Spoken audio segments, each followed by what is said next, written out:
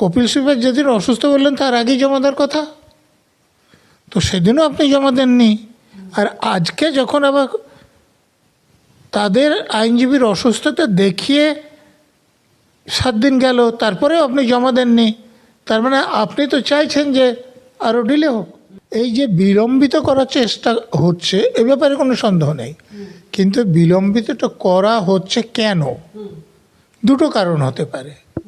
মমতা ব্যানার্জির উপর বেশি চাপ পড়বে, তাদের ভোটে বেশি অসুবিধা হবে। তৃণমূলের সর্বোচ্চ নেত্রী বা এরকম আরও অনেক নেতা বা নেত্রীর নাম সামনে চলে আসবে, যেটা তৃণমূল চাইছে না। সাধারণ মানুষের মনে সন্দেহ তো উঠছেই, প্রশ্নও উঠছে। প্রথমবার খুব বেশি প্রশ্ন ওঠেনি, কারণ যে কোনো অর্ডার হলে কোর্ট বলে যে ডেপুটি পজিশন এত তারিখের মধ্যে দিতে হবে, তার যদি কোনো রিজেন্ডার থাকে সেটা এত তারিখের মধ্যে দিতে হবে, তারপর এত তারিখে শুনানি হবে। তো প্রথম অর্ডারটা আমি দেখিনি যে তাতে এরকম কোনো ছিল কিনা রিজেন্ডার দেওয়ার ডেট, তা আমি সেই জন্য ধরে নিলাম যে ছিল না এরকম। তো তাহলে এই জন্য ধরেছি যে মমতা ব্যানার্জি যে তাদের এফিডেভিট জমা দিয়েছিল সেটা যেদিন কেসের ডেট তার আগের দিন বিকেলবেলায়, তার মানে বিপক্ষের সেটা পেয়ে তার উত্তর দেওয়ার কোনো সময় ছিল না। অতএব সেবার যে সময় চাওয়া হয়েছিল সেটা আমার কাছে খুব অস্বাভাবিক মনে হয়নি। কিন্তু দ্বিতীয়বার হলো যে রাজ্য সরকারের যে আইনজীবী তিনি অসুস্থ এবং তাদের পক্ষ থেকে সময় চাওয়া হলো। ভারত সরকারের যে আইনজীবী সলিসিটর জেনারেল বলছেন যে আমি যে রিজেন্ডার যেটা দেওয়ার সেটা আজকেই দিয়ে দেব। আজকেই যদি দিয়ে দেবেন তাহলে আগে আপনি দেননি কেন? আপনারা তো জমা দেওয়ার জন্য আপনাদেরকে প্রথমে 7 দিন সময় দেওয়া হয়েছিল। তো কপিল সিব্বল যেদিন অসুস্থ বললেন তার আগেই জমা দেওয়ার কথা, তো সেদিনও আপনি জমা দেননি। আর আজকে যখন আবার তাদের আইনজীবীর অসুস্থতা দেখিয়ে 7 দিন গেল, তারপরেও আপনি জমা দেননি। তার মানে আপনি তো চাইছেন যে আরও ডিলে হোক। এ ব্যাপারে কারো সন্দেহ থাকার কথা নয়, আমারও সন্দেহ নাই। ইডির তরফে পাল্টা যেটা জবাব সেটা কিন্তু তৈরি থাকার পরেও যদি জমা দেওয়া না হচ্ছে, তাহলে এটা তো ইচ্ছাকৃতভাবে কোর্টের যে প্রসিডিংস তাকে বিলম্বিত করার চেষ্টা করা। হ্যাঁ, এই যে বিলম্বিত করার চেষ্টা হচ্ছে এ ব্যাপারে কোনো সন্দেহ নেই, কিন্তু বিলম্বিতটা করা হচ্ছে কেন? দুটো কারণ হতে পারে। এক, যে ইতিমধ্যে একটা সমঝোতা হয়ে গেছে, ফলে সুপ্রিম কোর্টের পক্ষে রায় দেয়া অসুবিধা হচ্ছে। ফলে যতটা পিছানো যায় পিছিয়ে দিতে দিতে সাধারণ লোক এর থেকে ভুলে যাবে, তারপর এটা নিয়ে আর কোনো আলোচনা হবে না, এটা হতে পারে। আর দ্বিতীয় একটা হতে পারে যে কেন্দ্রীয় সরকারের পক্ষে যারা আইনজীবী আছেন তারা এমন কিছু ইনস্ট্রাকশন পেয়েছেন যে এক্ষুনি সুপ্রিম কোর্টের রায়টা না হয়ে এই ইলেকশন ডিক্লেয়ার করা হচ্ছে অথবা হয়েছে, এরকম সময় যদি হয় তাহলে মমতা ব্যানার্জির উপর বেশি চাপ পড়বে, তাদের ভোটে বেশি অসুবিধা হবে। তো এর জন্য হতে পারে। এখন কোন কারণে হচ্ছে সেটা বলা মুশকিল। তাহলে এই বিষয়টা খুব একটা কাকতালীয় বলে তো বোধহয় মনে হচ্ছে না আপনার, কারণ আপনি যেটা বলছেন যে এই রকম দুটো কারণ হতে পারে, তার সঙ্গে কি এটাও কারণ হতে পারে যে এই মামলায় এমন কিছু পাওয়া যাচ্ছে বা এমন কিছু ইডি জমা দিতে পারে যেটা মানে তৃণমূলের যে উচ্চস্তরের নেতৃত্ব তাদের জন্য বেশ অস্বস্তিদায়ক হতে পারছে? সেটা তো হতেই পারে, কারণ ইডি ওখানে রেড করতে গিয়েছিল তার কারণ হিসেবে এতদিন যা বলেছে যে কয়লা পাচারকাণ্ডের যে টাকা সেটা হাওলার মাধ্যমে সাদা হয়েছে এবং এই টাকা আইপ্যাকের প্রতীক জৈনের কাছে পৌঁছেছে, এবং আরও অভিযোগ ছিল যে এই টাকাটা পার্টির জন্য খরচ করা হয়েছে। তো এইটা যদি প্রতিষ্ঠিত হয় তাহলে তৃণমূলের একজন দুজন নেতা শুধু যে কয়লা পাচার কাণ্ডে যুক্ত আছে তা তো নয়, তৃণমূল পার্টিটা কয়লা পাচার এর সঙ্গে যুক্ত হয়ে গিয়েছে, কয়লা পাচারের সহযোগিতা করেছে, লভ্যাংশ নিয়েছে, এটা প্রতিষ্ঠিত হয়ে যাবে। অথবা তৃণমূলের সর্বোচ্চ নেত্রী বা এরকম আরও অনেক নেতা বা নেত্রীর নাম সামনে চলে আসবে, যেটা তৃণমূল চাইছে না, যার জন্য মমতা ব্যানার্জিকে ছুটে চলে যেতে হয়েছে। আপনারা খেয়াল করবেন যে পার্থ চ্যাটার্জির নিজের বাড়িতে এবং তার বান্ধবীর বাড়িতে যখন রেড হচ্ছিল, পার্থ চ্যাটার্জি বারবার মমতা ব্যানার্জিকে ফোন করেছেন, কিন্তু মমতা ব্যানার্জি ফোন ধরেননি। মমতা ব্যানার্জির কাছে যে খবর ছিল না, মমতা ব্যানার্জি জানতেন না কি হচ্ছে তা তো নয়, কিন্তু এখানে তিনি ছুটে গিয়েছেন।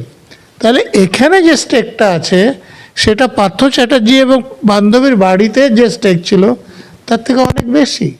বাড়িতে যে টাকাগুলো আনার্থ হয়ে গিয়েছিল, ওখানে গেলেও আর লুকোনোর কিছু ছিল না, কিন্তু এখানে কিছু আনার্থ হওয়ার আগেই তিনি সেখানে দৌড়ে চলে গিয়েছেন লোকজনকে নিয়ে।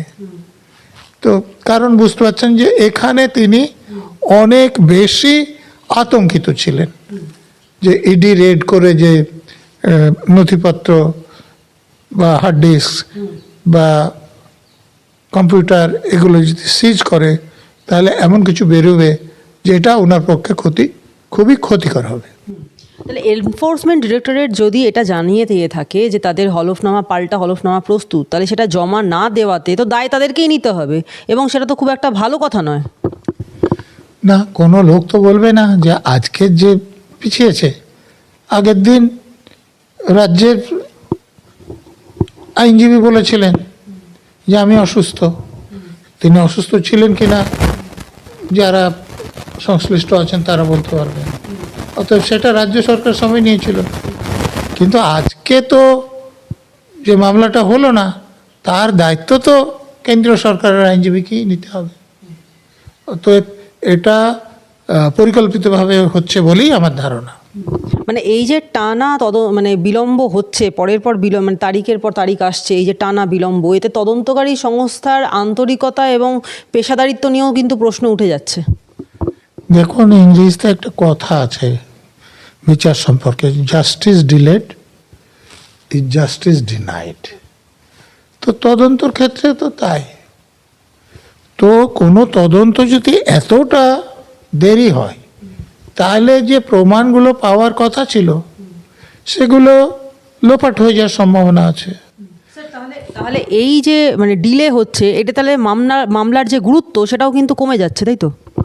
মামলার গুরুত্ব কমছে না, কিন্তু যাদের বিরুদ্ধে অভিযোগ তাদের বিরুদ্ধে প্রমাণ জোগাড় করার সম্ভাবনা কমছে এবং তাদের সাজা হওয়ার সম্ভাবনা কমছে। তাহলে ইডি কি কৌশলগতভাবে এই সময় নিচ্ছে, নাকি এটা হচ্ছে কোনো প্রশাসনিক ত্রুটি? সময়টা ইডি নিচ্ছে বলে আমার মনে হয় না, সময়টা কেন্দ্রীয় সরকার নিচ্ছে। কারণ ইডির এতটা স্বাধীনতা কাজকর্মে করার আছে বা করতে পারে আমি মনে করি না। তাহলে আদালত যদি মনে করে যে এই যে ডিলে করছে ইডি, এটা অযৌক্তিক, তাহলে সেক্ষেত্রে তো আবেদনের ওপরও প্রভাব পড়তে পারে। না, আদালত যদি মনে করতো যে সে আজকে ফাইল করব বলছে, আদালত বলতে পারতো যে আপনি ফাইল করেননি, আমরা অতএব আপনি ফাইল করবেন না ধরেই আমরা শুনছি, আপনি যদি পরে ফাইল করেন আমরা দেখব। কিন্তু আপনাকে ফাইল করার সময় দেওয়া হয়েছিল, আপনি যখন ফাইল করেননি, এটা আমি বানানো কথা বলছি না। আমি আর এই যে ক্যাটে মামলা হলো তখন রাজ্য সরকার সেখানে ছিল পার্টি, কেন্দ্রীয় সরকার পার্টি ছিল, ইউপিএসসি পার্টি ছিল, কিন্তু অনেকবার সময় দেওয়া হচ্ছিল জমা দেওয়া, ওরা উত্তর দিচ্ছিল না। শেষে রাজ্য সরকার একটা উত্তর দিলেন, সেটা কমেন্ট করেনি, সেটা জাজমেন্টে লিখেছে ক্যাট। কেন্দ্রীয় সরকার জমাই দেয়নি। তো একটা ডেটে এসে তারা বললো যে আর একটা তারিখ দেওয়া হলো, যদি তোমরা জমা দাও ভালো, না হলে ধরে নেওয়া হবে যে তোমরা জমা দেবে না। এবং সেই ডেট যখন আসলো তখন ক্যাট কিন্তু অর্ডারে লিখলো যে আর জমা দেওয়ার জন্য সময় দেওয়া হবে না। তারপরে তারা শুনানি করলো এবং রায় দিল। বলা বাহুল্য রায়টা আমার পক্ষে গিয়েছে। তারা যে কোনো জমা দিচ্ছিল না, তাদের উত্তর দেওয়ার কিছু ছিল না। তো এখানেও তো এটা করতে পারতো সুপ্রিম কোর্টের যারা জজ সাহেব ছিলেন, যে তোমাদেরকে ফাইল করার সময় দেওয়া আছে, তোমরা ফাইল করোনি, আমি যা আমার কাছে আছে তার উপর আমি শুনানি করবো, তোমরা বলতে হয় বলো, নাহলে আমি একতরফা রায় দিয়ে দেবো। এই মামলাতে কিন্তু আমরা জানি যে ইডি ডাকাতির কেস দিয়েছিল এবং যথেষ্ট গুরুতর কেস। সেখানে দাঁড়িয়ে এই মামলাতে ইডির তাহলে প্রাথমিক পদক্ষেপটাই তো প্রশ্নের মুখে পড়ে গেল, আইনি পরীক্ষার মুখে পড়ে গেল বিষয়টা। না, আপনাদের একটা ব্যাপার, মানে ডাকাতি কথাটা শুনে আপনাদের মনে হচ্ছে যে বড় কেস। ডাকাতির সংজ্ঞা আইনে কিভাবে দেওয়া আছে আপনাকে আমি সেটা বলছি। আইনে চুরির সংজ্ঞা দেওয়া আছে, এবং সেটা হলো যে কারো জিনিস যদি আপনি তার অনুমতি ছাড়া নেন তাহলে সেটা চুরি। এটা বুঝতে আপনার কোনো অসুবিধা নেই। এরপরে রবারির সংজ্ঞা দেওয়া আছে। রবারিতে বলা হয়েছে যদি ওই কারো জিনিস নেওয়ার জন্যে ইনস্ট্যান্ট মার্ডার, ইনস্ট্যান্ট হার্ট অথবা ইনস্ট্যান্ট রেস্টুরেন্টের থ্রেড দিয়ে এই নেওয়া হয় তাহলে সেটা হবে রবারি। তারপরে ডাকাতির সংজ্ঞা কী আছে, যে যদি 5 বা তার অধিক লোক মিলে এটা করে রবারিটা, তাহলে সেটা হবে ডাকাতি। তো এখানে আপনি দেখে নিন, জিনিসপত্র তো নিয়েছে এবং সে নেওয়ার পেছনে ইডি যে অভিযোগ করেছে তাতে তাদের থ্রেট করেছে, তাহলে চুরিতে আপনার কোনো অসুবিধা নেই, রবারিতেও কোনো অসুবিধা নেই। কজন লোক ছিল দেখুন, Mamata Banerjee, chief secretary, DG, CP, DC, আরও অফিসার। তো আপনার যাদেরকে চেনেন তাদেরকে দিয়ে তো 5 জন হয়ে যাচ্ছে। তো তাহলে এটা যে ডাকাতি সেকশন চলে আসবে, এটা খুবই স্বাভাবিক। এটি যা বলেছে সেটা বাড়িয়ে কিছু বলেনি। আমি অভিযোগ করলে আমি ডাকাতি সেকশন দিতে বলতাম, কারণ আইনের সঙ্গে অনুসারে মমতা ব্যানার্জি যা করেছে সেটা ডাকাতি। এবং এরপরে ওরা তো বিভিন্ন গণমাধ্যমে আমি যা দেখেছি 17টা সেকশনের উল্লেখ করেছে। তো তার মধ্যে প্রমাণ লোপাটের সেকশন থাকবে অবশ্যই, পাবলিক সার্ভেন্টদের কাজে বাধা দেওয়ার সেকশন অবশ্যই থাকবে, এবং কেসটা গুরুতর, সে ব্যাপারে কোনো সন্দেহ নেই। এইখানে এখন যেটা মানে রাজ্য বলছে যে ইডির নাকি এই মানে সুপ্রিম কোর্টে যাওয়ার কোনো মৌলিক অধিকারই নেই। তার কারণ আদালত এই যুক্তি যদি গ্রহণ করে তাহলে সেক্ষেত্রে কেন্দ্রীয় সংস্থাগুলোর ক্ষমতার সীমাটা তাহলে স্পষ্ট হয়ে যায়। মানে যেটা বলছেন সে আইনের দিকে যদি যান, ইডি সুপ্রিম কোর্টে যেটা গিয়েছে খুব সম্ভবত 32 নম্বর ধারায়। 32 নম্বর ধারা আছে ফান্ডামেন্টাল রাইটে। অতএব কারো যদি ফান্ডামেন্টাল রাইট লঙ্ঘিত হয় তাহলে সেটাকে এনফোর্স করার জন্য সুপ্রিম কোর্টে যেতে পারে। আর হাইকোর্টে এরকম ক্ষমতা যেটা দেওয়া আছে 226 নম্বর ধারা, সেখানে শুধু ফান্ডামেন্টাল রাইট না, অন্য এনফোর্সেবল রাইট লঙ্ঘনের জন্য হাইকোর্টে যাওয়া যায়। তো সুপ্রিম কোর্টে আমাদের রাজ্য সরকার বা মমতা ব্যানার্জির আইনজীবীরা যেটা বলতে চাইছেন যে হাইকোর্টে যারা গিয়েছিল ঠিক আছে, এখানে তাদের কোনো ফান্ডামেন্টাল রাইট লঙ্ঘিত হয়নি, অতএব এখানে কেসটা মেনটেনেবলই নয়। তো এখন সেটা কোর্ট বিচার করবে, কিন্তু সুপ্রিম কোর্ট যদি মনে করেন যে এটা এমন একটা ইস্যু যে ব্যাপারে সুপ্রিম কোর্টের রায় দেওয়া উচিত, তাহলেও শুনতে পারেন। কিন্তু অপোজিট পার্টি যে আপত্তিটা করছে সেটা এখানে আমি যতটা বুঝেছি, যদি এর বাইরে কিছু থাকে আমি জানি না। আমার ব্যক্তিগত মত, সুপ্রিম কোর্টের এই বারবার মামলাটা পিছাতে দেওয়া উচিত হচ্ছে না। যা হোক, তারা যা ঠিক মনে করে তাদের একটা রায় দেওয়া উচিত। এর আগে আমরা দেখেছি প্রথমে 11 তারিখে 11ই ফেব্রুয়ারি প্রথমে ডেট দেওয়া হলো, সেখান থেকে 18ই ফেব্রুয়ারি ডেট দেওয়া হলো, এবং আজকে যে ডেট দেওয়া হলো সেটা হচ্ছে একেবারে 1 মাস পরে, আবার 18ই মার্চ হচ্ছে এর পরের ডেট। তো বিষয়টা সেই তারিখ পে তারিখে চলে যাচ্ছে, এবং এই তারিখ পে তারিখ যদি শুরু হয় তাহলে কি পার পাওয়া যাবে? মানে রাজ্য সরকার পার পাবে নাকি এই মামলাটাই ডুবে যাবে? দেখুন, যে কোনো মামলায় দুটো পক্ষ থাকে। তো উভয় পক্ষই যদি সময় নেয় এবং জজ সাহেবরাও যদি সময় দিতে তৈরি থাকে, তাহলে তো এরকম ডেটের পর ডেটই পড়বে, মামলা নিষ্পত্তি হবে না, মানে অন্তত তাড়াতাড়ি হবে না। তো এর থেকে যদি কোনো একটা পক্ষ আপত্তি করত যে না অত পিছানো যাবে না, তো তাদের করার যুক্তি তো থাকতে হবে যে ইডির পক্ষ থেকে, মানে কেন্দ্রীয় সরকার যদি দাবি করবে, তাহলে তো তাদের রিজেন্ডারটা জমা দিয়ে দেওয়া উচিত। আজকেই যখন দিয়ে দেবো বলছে, তাহলে আজকের মধ্যে দেয়নি কেন? তো তাদের কোনো যুক্তি নেই যে আমরা বলবো যে ডেট পিছবেন না, ডেট দেবেন আজকে।